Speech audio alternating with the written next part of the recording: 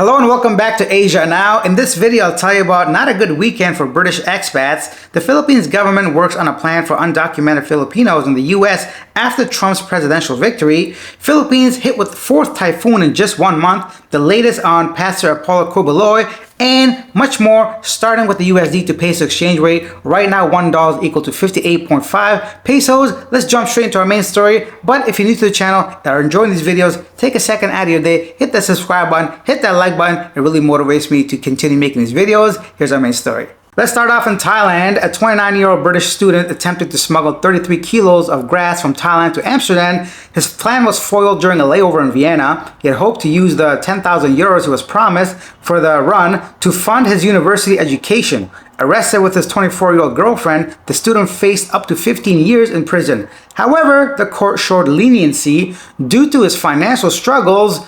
Sentencing him to 30 months with only 6 months to be served. His girlfriend received 1 year suspended sentence. The couple shared a brief farewell before his detention.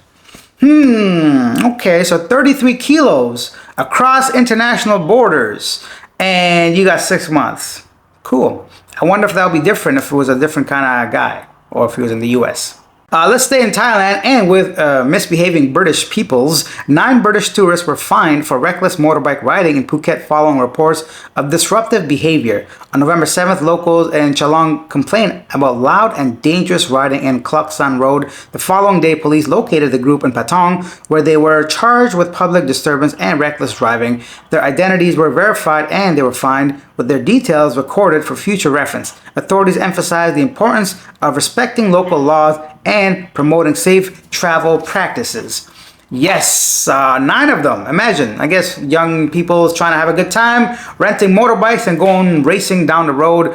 It's very dangerous. Go onto a track, man. It's just like a typical stuff that goes around daily in Thailand. Speaking of typical stuff in Thailand, road rage. An incident in road rage yet again involving a British person in Pattaya left the British tourist Mr. Edwards injured after a confrontation with Thai driver Mr. Adit. Following a minor collision, the altercation, which took place near a KL Metro hotel, escalated with a Thai man that took a swing at Mr. Edwards with a metal rod, claiming it was self-defense. Both men received first aid, with Mr. Edwards being taken to the hospital. Police are currently reviewing CCTV footage and witness statements. Authorities are urging public to settle disputes peacefully and avoid conflicts in busy areas. I would say avoid conflict in any area, whether busy or very calm or relaxing environment. Please don't do it. Road rage is something I find very interesting because it's a test of character, it's a test of your patience, it's a test of your discipline. Personally, during times where I feel angry on the road, a lot of times it comes down to feeling disrespected by the person's actions.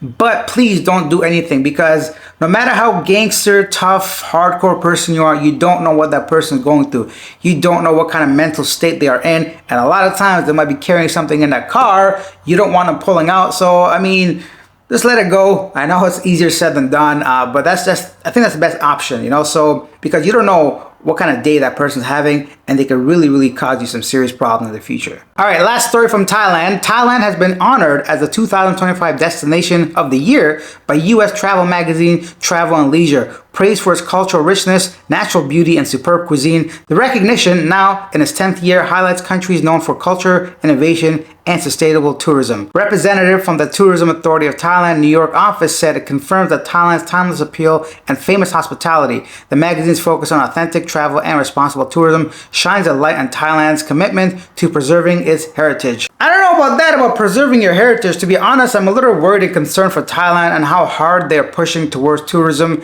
and the type of people that are coming to Thailand, including myself. I'm just saying, we cover these stories daily. I think a lot of it has to do with sheer numbers, the volume of people coming in. Of course, you're gonna have some bad characters and bad actors. So that's normal, I assume.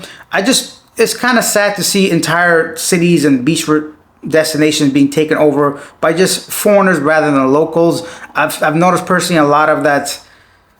I don't know, for me, that culture seems to be kind of slipping through the fingers. I don't know if I'm getting older or something like that, but I remember going to Thailand for the first time. I was actually culture shocked a little bit, but maybe because I've traveled so extensively now, that doesn't happen every time I go to Thailand anymore.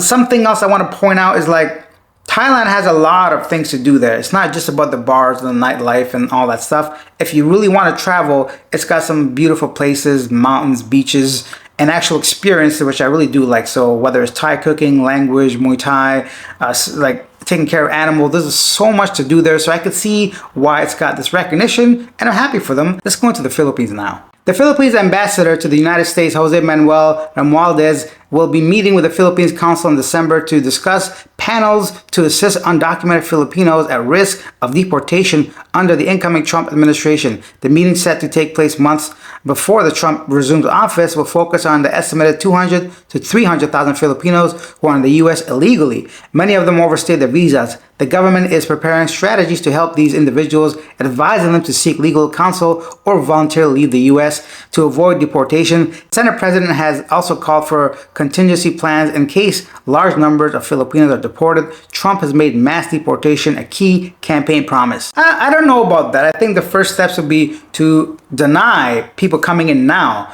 I think it's going to be a whole new step for Trump and his administration to start looking out for people who are undocumented. I just don't see it happening. I think the numbers are way too big. Filipinos usually stay out of trouble in the U.S., but I don't think if you're a Filipino undocumented in the U.S., you're going to care so much. And if you're going to, like, what's it to you? You might as well just wait to get deported, right? If you weren't legal until now, what is this going to do? But let me know your thoughts. What do you think? Do you think a lot of people are going to be actually kicked out of the U.S. if they're Filipinos? How are they going to find them? Do you think this is actually a serious concern?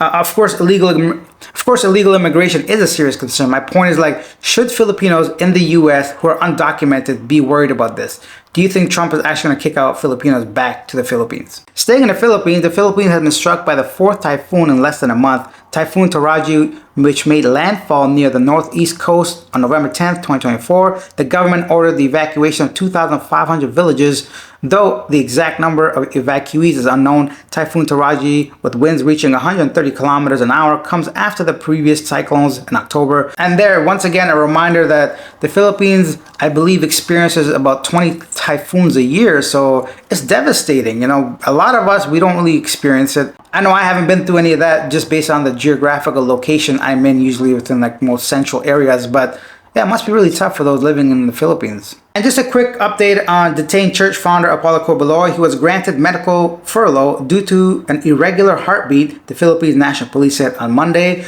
I guess he's going through some medical problems right now. And lastly, in the Philippines, China has rejected the Philippines' new maritime laws signed by President Ferdinand Marcos on November 8th, asserting the country's rights to the South China Sea. Beijing claims the laws infringe on the territorial sovereignty and vowed to protect its interests, particularly around disputed areas like Scarborough Shoal, which it calls Huangyan Island. China has long claimed sovereignty over most of the South China Sea, a stance disputed by the Philippines and other countries. The new Philippine law, which defines maritime entitlements and air routes, are aimed to reinforcing the country's sovereignty. China is also criticizing the Philippines military and police vessels operating near the contested areas, accusing them of illegal fishing activities. I wonder if when the new president comes back to the office, if any of this is going to be affected. You would think so, considering different policies and friendships and alliances. I wonder how that's going to play out. I just want us to be over, man, that they got to sort this out. China's got its hand in everything, so let's see how that goes. And now it's time for a segment called Yesterday Today, where I go ahead and share some of the top comments regarding our previous video. David says, I can't be illegal in the Philippines. Why should they be allowed to break the law in my country? One Eat Wake says, we won't focus on Filipinos. We like them in the States. 95% of them don't break the laws, and they're super courteous and nice and hard workers. 302 R Max says, how many Filipinos got deported last time? Or just more propaganda?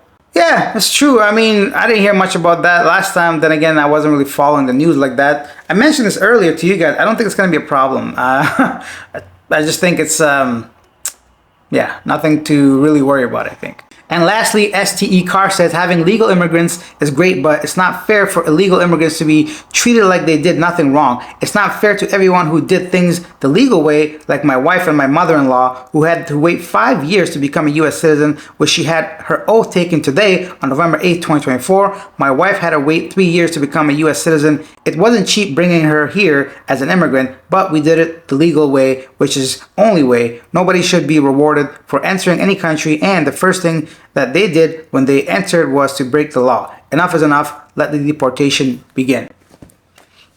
I am all for that. I 100% believe in legal immigration. That's it for this video. Thank you for watching. I'll see you guys tomorrow. Bye.